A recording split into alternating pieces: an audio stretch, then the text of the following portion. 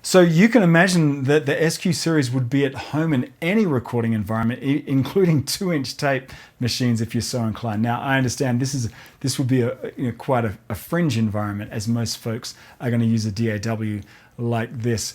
But it's really great to have so many outputs that if you did need to go that route, you could absolutely do that. So let's look at a much more typical setup with using your SQ series with a DAW. Now, if you haven't downloaded the DAW control from Allen and Heath's website, just download that and install it onto your Mac or PC. I'm going to show you just some basic setups with Logic Pro.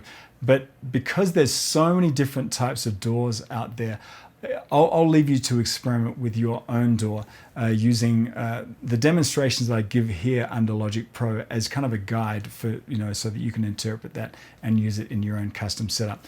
Keep in mind that there is a thorough application guide for the DAW control on Allen and Heath's website. Now I'll show you how to set up typical USB connections in the next clip, but I thought it'd be a great idea, and by the way, all of this is taken care of on the I/O screens that we'll see just in a moment, but this can be kind of a graphic to show you what's going on behind the scenes, because you can use your SQ series as a monster I/O box instead of buying an audio interface for several $100s. Why not use the incredible preamps inside your SQ series to route from your rear panel and take that into a DAW and then route DAW playback back into your SQ series. And all of this is taken care of with the I/O screens up the top here. So let's take an example. I'll draw your attention to the last 4 channels here. I'm going to set up the last 4 channels as inputs. In other words, they're going to get their inputs from the rear panel.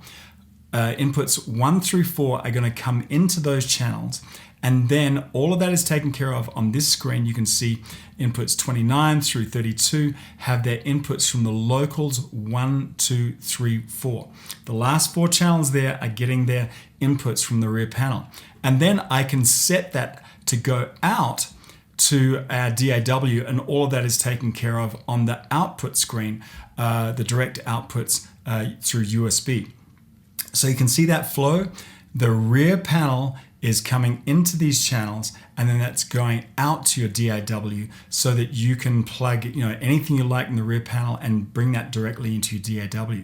And then in terms of the playback, I'm going to take all of these channels and I'm going to set that to get its input. Instead of getting their inputs from the local rear panel XLRs, I'm going to bring that in through USB.